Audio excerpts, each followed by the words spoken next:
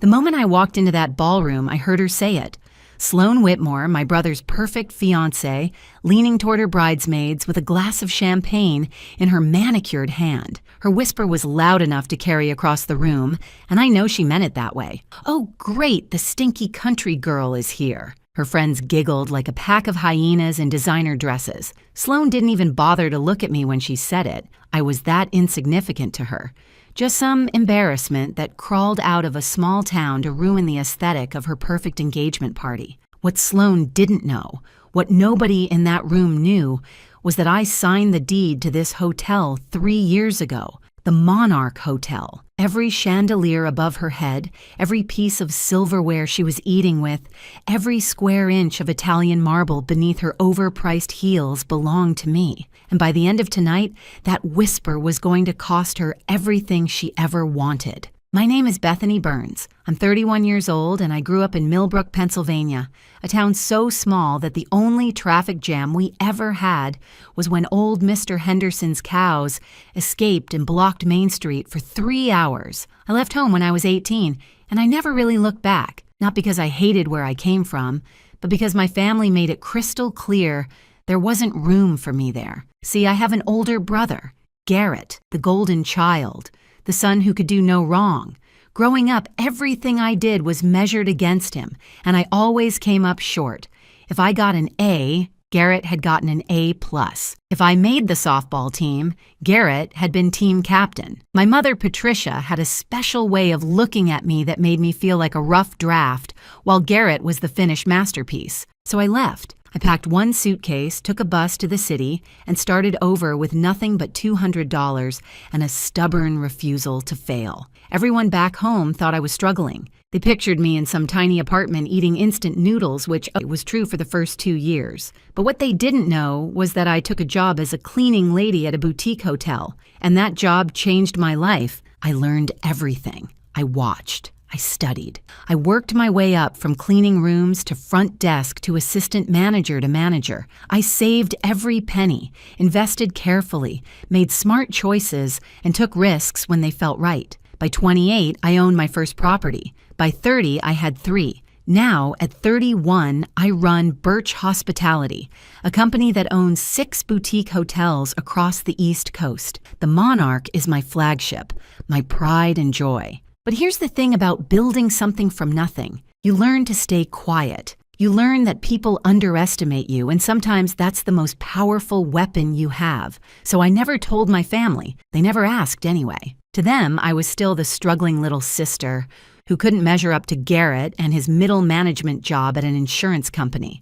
The irony was so thick you could spread it on toast. Tonight, I received an invitation to Garrett's engagement party. Last minute, of course. Probably my mother's idea, a guilt invitation so she could tell her friends that the whole family was there. I almost didn't come, but something pulled me here. Maybe curiosity. Maybe some small, stubborn hope that things had changed. They hadn't. I stood in the entrance of my own hotel, wearing jeans and my favorite boots, my hair still smelling faintly of the countryside because I'd driven through Millbrook on my way here just to remind myself where I came from. My outfit probably cost more than everything Sloan was wearing combined, but you wouldn't know it by looking. That's the thing about real money.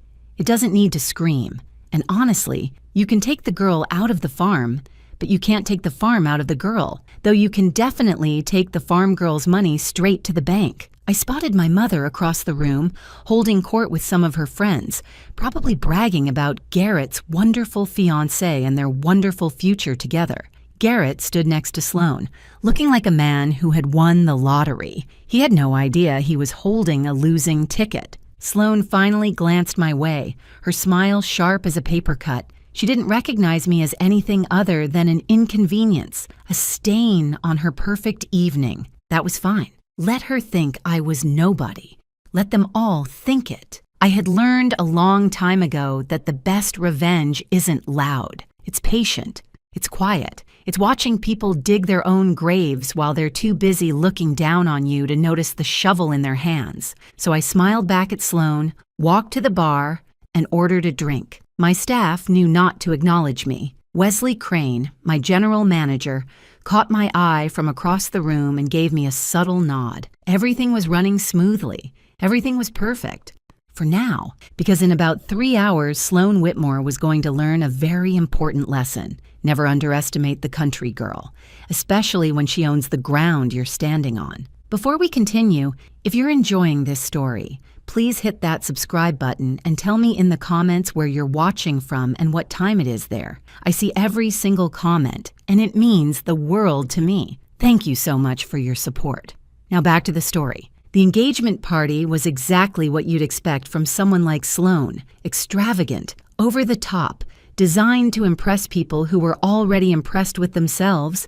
There were ice sculptures shaped like swans, a champagne fountain that seemed excessive even by champagne fountain standards, and enough flowers to make a botanical garden jealous. My hotel staff had done an amazing job, which made me proud, even though I wanted to roll my eyes at every design choice Sloan had made. I took my drink and found a quiet corner to observe. That's when my mother found me. Patricia Burns approached like a woman who had smelled something unpleasant and was trying to locate the source. She looked me up and down, her eyes stopping at my boots with visible disapproval. She said it was nice that I could make it, her tone suggesting it was anything but nice. Then she asked why I couldn't have worn something more appropriate, mentioning that Sloan's family was very refined. She stressed the word refined like it was a vocabulary word I should study. I told her I came straight from work and didn't have time to change, which was true. I just didn't mention that work meant running a multi-million-dollar hotel company. My mother sighed the way she always sighed at me, like I was a constant disappointment she had learned to tolerate. She told me to at least try to make a good impression on the Whitmores, then disappeared back into the crowd to continue her social obligations. And there it was. 20 seconds of conversation, and I already felt like I was 12 years old again, failing to meet some invisible standard I was never told about. I spotted Sloan across the room, air kissing her way through a group of guests. The woman had kissed more cheeks tonight than a politician at a county fair. Every gesture was calculated, every smile measured for maximum effect. Her parents, Franklin and Delilah Whitmore, stood nearby like proud peacocks watching their prized peahen work the room. Franklin was a large man with a red face, and the kind of confidence that comes from either genuine success or excellent acting. Delilah was thin, polished, dripping with jewelry that caught the light every time she moved. They looked wealthy. They acted wealthy, but something about them felt off, like a beautiful painting hung slightly crooked. I couldn't put my finger on it yet, but I would. Garrett finally noticed me and made his way over. My big brother, 3 years older, still looking at me like I was his annoying little sister who followed him around when we were kids. He said he was glad I could come, though his tone said he hadn't noticed whether I was there or not. He asked if I'd met Sloan yet and said she was amazing. I told him I'd seen her. I kept my opinions to myself. Garrett nodded, already looking past me to see who else he needed to greet. Some things never change. Then he said something that made my stomach tighten. He mentioned that Mom had given Sloan Grandma's necklace as an engagement gift. He said wasn't that generous of her and that Sloan absolutely loved it. I felt the air leave my lungs. Grandma's necklace. The antique pendant our grandmother had promised to me, specifically before she died. She had held my hand and told me it was for me because I was her dreamer, her fighter, the one who would make something of herself. My mother knew this. She had been in the room when Grandma said it, and she gave it to Sloan anyway. I looked across the room and saw it. There it was, hanging around Sloan's neck like it belonged there. My grandmother's necklace, my inheritance, my memory, sparkling under the chandelier lights while Sloan laughed at something someone said. The DJ cranked up the music so loud I could feel my fillings vibrate. If I wanted my teeth rattled, I would have just gone to the dentist. At least there I'd get a free toothbrush out of the experience. I excused myself from Garrett and made my way to the restroom, needing a moment to breathe. That's when I passed Franklin Whitmore in the hallway, his phone pressed to his ear, his face tight with stress. He didn't see me. He was too focused on his conversation. I heard him say they needed this wedding to happen, that the Burns family had money enough to cover their situation. He paused, listening to whoever was on the other end. Then he said they just needed to get through the ceremony, and after that, everything would work out. He hung up and walked back toward the party, his salesman smile sliding back into place like a mask. I stood frozen in that hallway, my grandmother's necklace forgotten for the moment, replaced by something much more urgent. The Burns family had money. What money? My parents had a nice house, sure, but I knew for a fact there was a second mortgage on it because I had been secretly paying it off for the past 4 years. Garrett worked a decent job. Nothing spectacular. There was no family fortune. So why did Franklin Whitmore think there was? And more importantly, what exactly was their situation that needed covering? I spent the next hour watching the Whitmores like a hawk watches a field mouse. Every smile, every handshake, every perfectly timed laugh. Now that I knew something was wrong, I could see the cracks in their performance. Franklin kept checking his phone, his jaw tightening every time he read a message. Delilah's jewelry was impressive, but I noticed she kept touching it nervously, like she was afraid it might disappear. And Sloan, beautiful, perfect Sloan, had a hunger in her eyes that had nothing to do with love and everything to do with desperation. I started piecing things together. The Whitmores thought my family had money, but why? Then it hit me. For the past 4 years, I had been sending money to my parents anonymously through my company, Birch Hospitality. Every month, a payment would arrive to cover the mortgage, the utility bills, the medical expenses when my father had his knee surgery. I never put my name on it. I didn't want their gratitude or their questions. I just wanted to help from a distance. But my parents didn't know it was me. And apparently, my mother had decided it must be Garrett. Of course she did. In her mind, her golden child was secretly taking care of them, being the responsible, successful son she always knew he was. I could practically hear her bragging to her friends about how generous Garrett was, how he always looked after his family, the money I sent, the sacrifices I made, and Garrett got the credit. The irony was so thick it could have walked into the party and ordered its own drink. So the Whitmores did their research. They saw a nice house with no visible mortgage payments. They heard Patricia bragging about her son's investments. They saw a family that appeared to have hidden wealth. And they targeted Garrett like sharks smelling blood in the water. But here's the problem with their plan. The money wasn't Garrett's. There was no family fortune. The Whitmores were chasing a mirage. And when they found out the truth, my family would be left with nothing but the fallout. Unless someone stopped it. I found Wesley Crane near the service entrance, clipboard in hand, overseeing the catering staff. He looked up when I approached, his professional mask slipping into genuine warmth when he saw it was me. He quietly asked if everything was all right, calling me Ms. Burns before I shot him a look. He corrected himself and just called me Bethany. I told him I needed a favor. I needed background information on the Whitmore family. Anything he could find. Business records, news articles, whatever was out there. Wesley didn't ask why.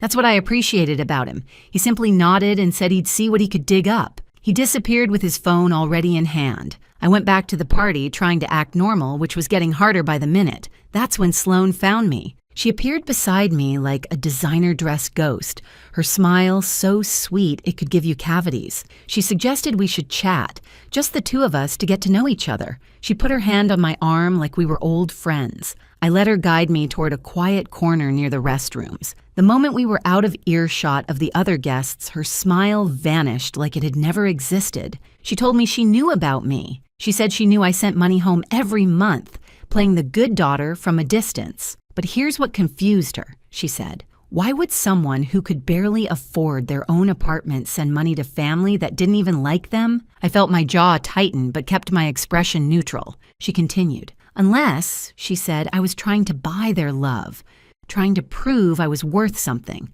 Pathetic, really, she told me. She leaned closer and said I should know that Garrett told her everything, how I was always jealous of him, how I couldn't handle not being the favorite, how the family only tolerated me out of pity. She smiled again, but this time it was sharp and cruel. She said she was going to marry Garrett, become part of this family, and honestly, she thought it would be better for everyone if I just stayed away. She said nobody would miss me. She called me dead weight, then patted my arm like she was comforting a child and walked away. I stood there for a moment, processing what had just happened. Sloan thought I was broke. She thought the money came from Garrett.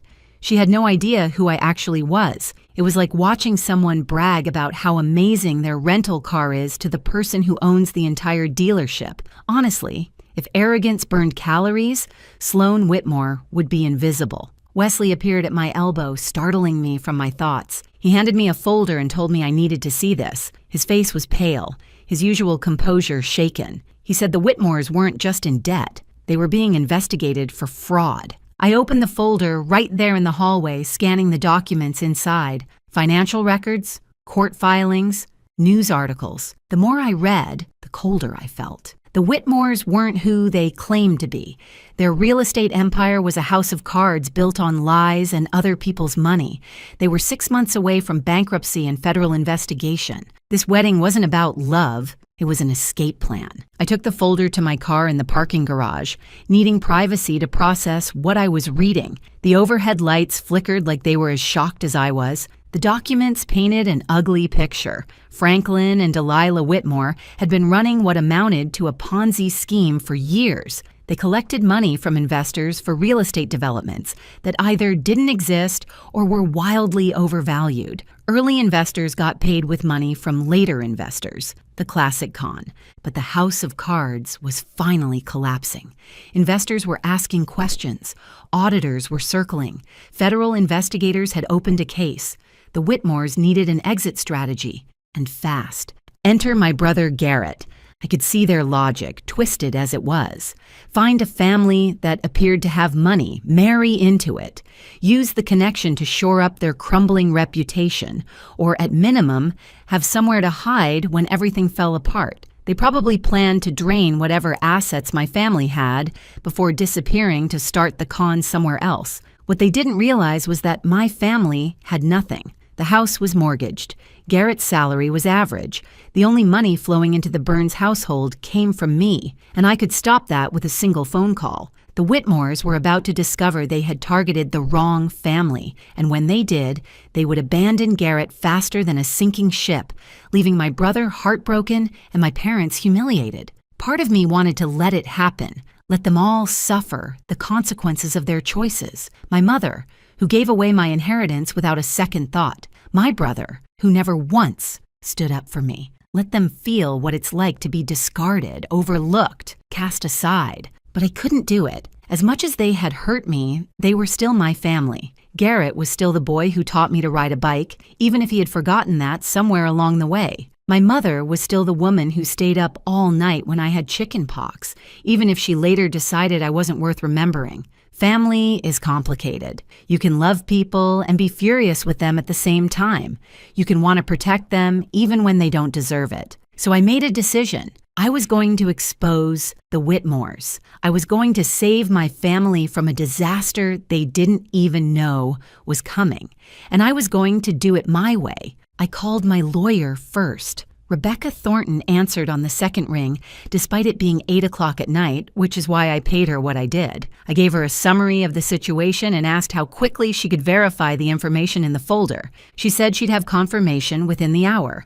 Next, I called Naomi Delaney, a forensic accountant I had worked with on a complicated acquisition 2 years ago. Naomi was a wizard with financial records, the kind of person who could look at a spreadsheet and tell you what someone had for breakfast. I sent her photos of the key documents and asked her to dig deeper. If you're enjoying this story so far, please take just 1 second to drop a like and leave a comment. It really helps me keep creating these stories for you, and I genuinely appreciate every single one of you. Thank you from the bottom of my heart. Now, let's get back to Bethany. Naomi called back in 40 minutes. Her voice was tight with the excitement of someone who had found something big. She told me I was right. They were running a Ponzi scheme. Textbook stuff. But here's the interesting part, she said. She had looked up the Whitmore name in other states and found something in Arizona from 3 years ago. Same pattern, same scheme, different names. She said the bride's real name wasn't Sloan. She asked if I was ready for this. I told her I was ready. Naomi told me the bride's real name was Sandra Weems. She said the parents weren't even her real parents. They were partners in a long-running con, and they had been doing this for at least a decade. Different identities, different targets, same game. I sat in my car, the folder in my lap, and started laughing. I couldn't help it. These people had more identities than a Hollywood actress has ex-husbands. Sandra, Sloan, probably planning to be Stephanie next year. My phone buzzed with a text from Garrett. I looked at it for a long moment before opening it. He wanted to know if we could talk. He said something about Sloan felt wrong. I checked the time. 5 minutes until 9 when Franklin Whitmore was scheduled to make his big welcome to the family toast. Too little, too late, big brother. You should have trusted that feeling an hour ago. You should have trusted me years ago. But better late than never. At least he was starting to see through the mask. I got out of the car and walked back toward the hotel. The Arizona night air was warm, and somewhere inside, a con artist in a white dress was about to have the worst night of her life. Time to crash an engagement party. I walked back into the Monarch Hotel with a different energy than when I'd left. Before, I was the invisible sister, the country girl everyone looked down on. Now, I was a woman with a plan. Wesley met me near the service entrance, his expression a mixture of concern and curiosity. He said he had been watching the Whitmores all evening and that something was definitely off with them. He mentioned that Franklin had made 4 phone calls in the past hour, each one leaving him more agitated than the last. I told Wesley I needed the AV system ready. I said that during Franklin's toast at 9, we were going to give the guests a presentation they would never forget. Wesley didn't even blink. He asked what kind of presentation we were talking about. I handed him a USB drive. On it were scanned copies of the most damaging documents from the folder, plus everything Naomi had sent me. Court records from Arizona, financial statements showing the fraud, photos of Sloan from 3 years ago under her real name, Sandra Weems, a paper trail of lies stretching back a decade. I told him when Franklin started his toast, I wanted it all on the screens. Every document, every photo, every piece of evidence. Wesley took the drive with a slight smile. He said he always knew working for me would be interesting, but this was something else entirely. Then he disappeared toward the control room. My phone buzzed. Rebecca, my lawyer, confirming everything Naomi had found. The Whitmores were indeed under federal investigation. More importantly, she had made a call to the lead investigator, a woman named Agent Carla Reeves, who had been trying to locate the Whitmores for months. They kept moving, changing names, staying one step ahead, until tonight. Rebecca told me Agent Reeves was already on her way with a team. They would be outside the hotel by 9:15, ready to move in once the evidence was public. Everything was falling into place. The trap was set. Now I just needed to wait. I found a spot near the back of the ballroom where I could see everything without being noticed. Sloan was working the room again, that fake smile plastered on her face like it was painted there. Garrett stood beside her, playing the dutiful fiancé, completely unaware that his entire future was about to implode. My mother was near the front, chatting with Delilah Whitmore like they were old friends. 2 women who had nothing in common except their ability to make me feel worthless. Soon, one of them would realize she had been played.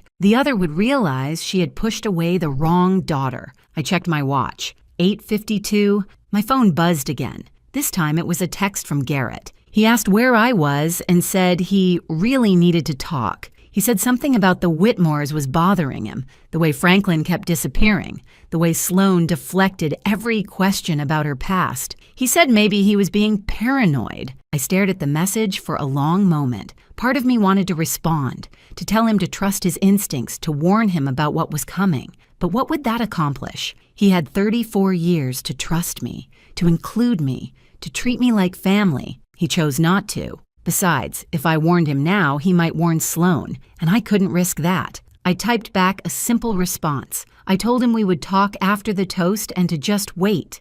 8:56. Franklin Whitmore was straightening his tie near the small stage where the DJ had set up.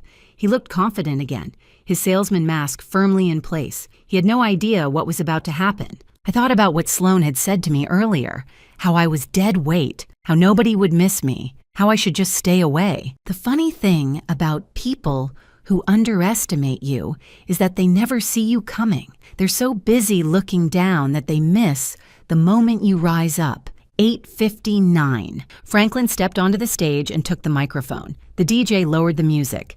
Guests turned to face him, champagne glasses in hand, ready to toast the happy couple. I made eye contact with Wesley across the room.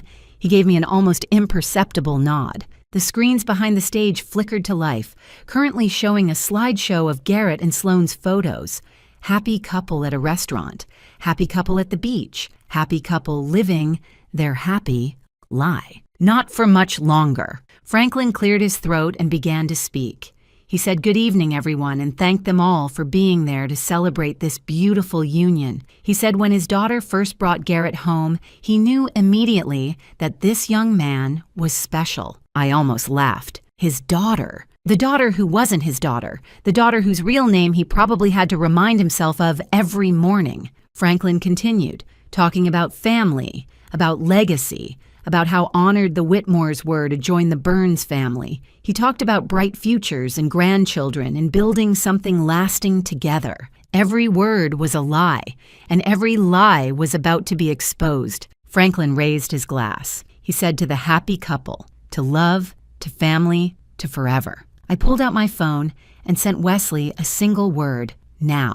The screens flickered. For a moment, everyone probably thought it was a technical glitch. The happy photos of Garrett and Sloan disappeared, replaced by something else entirely. A document, official looking, stamped with court seals and legal terminology. Franklin's smile froze on his face. The document was a court filing from Arizona, dated 3 years ago.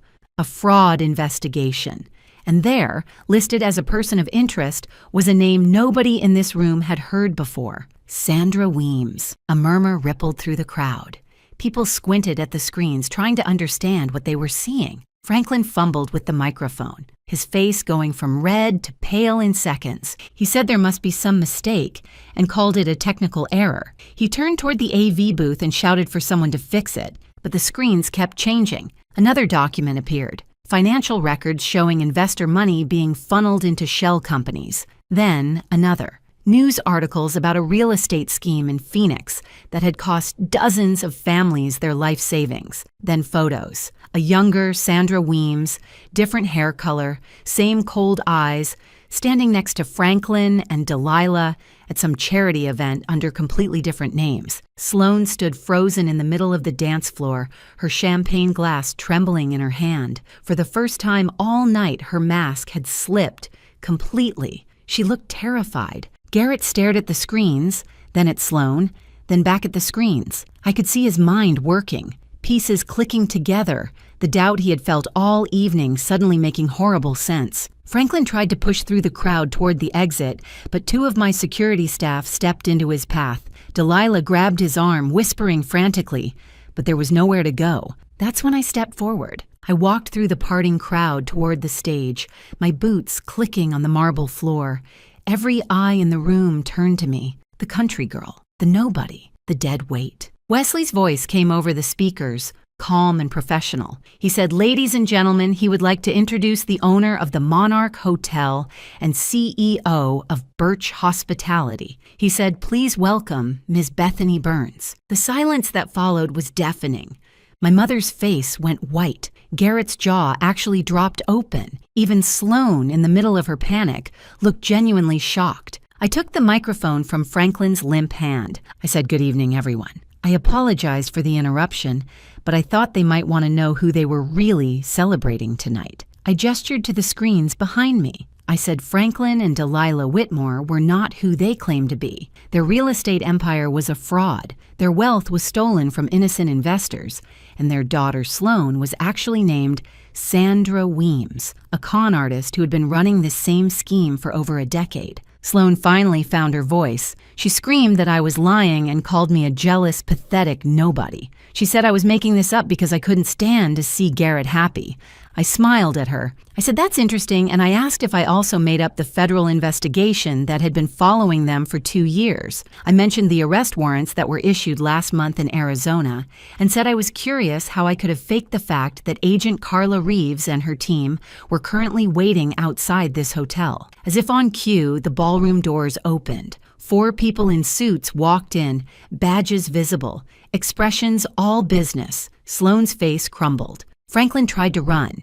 He made it about 10 feet before Agent Reeves intercepted him with a calm but firm hand on his shoulder. She told him that Franklin Whitmore, or whatever his real name was under arrest for wire fraud, investment fraud, and conspiracy. Delilah started crying, mascara running down her carefully made-up face. She kept saying there was a mistake. that they could explain everything, that it wasn't what it looked like. Sloane, Sandra, whatever her name was, turned to Garrett one last time. Her voice was desperate, pleading. She asked if he was really going to let his sister do this to them. She said they loved each other and that he had to believe her. Garrett looked at her for a long moment. I could see the war happening behind his eyes. The woman he thought he loved versus the evidence he couldn't deny. Then he did something I never expected. He stepped away from her. He said he didn't even know who she was. His voice was quiet, broken, but certain. He said he didn't know who any of them were. Sloane's expression shifted from desperation to rage in an instant. She lunged toward me, screaming that I had ruined everything, that I was supposed to be nobody, that I was just the stinky country girl. Security caught her before she reached me. I leaned close enough for only her to hear. I said this stinky country girl owned the room she was standing in, paid the salary of everyone who was about to escort her out, and would sleep very well tonight knowing exactly who she was. They led her away still screaming, her designer dress wrinkled, her perfect hair destroyed, her entire carefully constructed life falling apart with every step. I turned back to the stunned crowd, most of whom were still trying to process what had just happened. I said, well, the catering was already paid for, and it seemed like a shame to waste good food. I told them the bar would stay open for anyone who wanted to stick around. Nervous laughter rippled through the room. The DJ, bless his heart, started playing something upbeat. The engagement party was over, but the night was just beginning. The next hour felt like something out of a fever dream. The Whitmores, all three of them, were escorted out in handcuffs while the remaining guests watched in stunned silence. Sloane, or Sandra, or whoever she would be in her next life, was still screaming threats as they put her in the back of an unmarked car. Something about lawyers, lawsuits, revenge. Empty words from an empty person. She went from future Mrs. Burns to future prison inmate in under 15 minutes. That had to be some kind of record, even for a professional con artist. Inside the ballroom, the mood had shifted from shock to something else. Curiosity, maybe. Fascination. A few guests were already on their phones, probably sharing what had just happened with everyone they knew. By morning, this story would be all over town. Garrett found me near the bar. He looked like a man who had just woken up from a nightmare only to realize he was still dreaming. His eyes were red, his hands shaky, his entire worldview clearly shattered. He asked how I knew. His voice cracked on the words. He asked how I figured it out. I told him I listened. I said I watched. I paid attention. All the things I had been doing my entire life while everyone else ignored me. He was quiet for a moment. Then he said he was sorry. He said he knew that didn't cover it, that it didn't cover years of treating me like an afterthought, but he was sorry. I studied my brother's face, looking for the catch, the angle, but all I saw was genuine remorse, maybe for the first time ever. I told him sorry was a start. We stood there in silence, two siblings who had spent decades as strangers, finally seeing each other clearly. Then my mother appeared. Patricia Burns looked smaller somehow, like the events of the evening had physically shrunk her. She approached slowly, uncertainly, none of her usual confidence on display. She started to say she didn't know, but I cut her off. I pulled out my phone and showed her the screen. Bank records, transfer receipts, 4 years of payments to her mortgage company, her utility providers, her medical bills, all from Birch Hospitality, all from me. I told her she thought Garrett was supporting them. I said she bragged to everyone about her generous, successful son. I let that hang in the air for a moment before I said it was me. It was always me. My mother stared at the phone, then at me, then back at the phone. Her mouth opened and closed several times, but no words came out. I said I didn't do it for thanks. I said I did it because they were my family, even when they made me feel like I wasn't theirs. But I thought she should know the truth about who was actually there for her. Patricia's eyes filled with tears, not the dramatic, performative tears I had seen her use at family events, real ones, the kind that came from somewhere deep. She whispered my name, Bethany, like she was saying it for the first time. Before I could respond, there was a commotion near the dance floor. I turned to see Sloane's grandmother's necklace, my grandmother's necklace, lying on the ground where Sloane had thrown it during her meltdown. Garrett walked over and picked it up carefully, like it might break. He looked at it for a long moment, then walked back to me. He said this was always supposed to be mine. His voice was thick with emotion. He said he didn't know Mom gave it away, and he was sorry. He placed the necklace in my hand. The weight of it felt right, like something that had been missing for years was finally back where it belonged. My mother watched the exchange with tears streaming down her face. She said she had been so wrong about everything. I didn't disagree with her, but I didn't pile on either. There would be time for difficult conversations later. Right now, I was just tired. A guest wandered over and asked if the party was still happening, looking confused but hopeful. I looked around the room. The ice sculptures were melting. The champagne fountain was still flowing. Half the guests had left, but the other half seemed determined to get their money's worth from the open bar. I shrugged and signaled the DJ to keep playing. Might as well. The night had already been weird enough. What was a little dancing going to hurt? 3 weeks later, I sat in my office at the Monarch Hotel, looking out at the city skyline. The morning sun was streaming through the windows, and for the first time in years, I felt at peace. The Whitmores were finished. Federal prosecutors had enough evidence to charge them with multiple counts of fraud, money laundering, and conspiracy. Sandra Weems, the woman who had called me a stinky country girl, was in custody, awaiting trial. Her bail had been set high enough that even her fake wealthy parents couldn't afford it. Turns out, when you spend decades stealing from people, you don't have many friends willing to help when things go wrong. The story made local news for about a week. Hotel mogul exposes con artists at family engagement party. One headline even called me the stinky country girl who owned the room. I had that one framed. It hangs in my office now, right where I can see it every morning. Garrett came to visit me at the hotel yesterday. It was the first time he had seen my office, my staff, the life I had built without anyone's help. He walked around touching things like he couldn't quite believe they were real.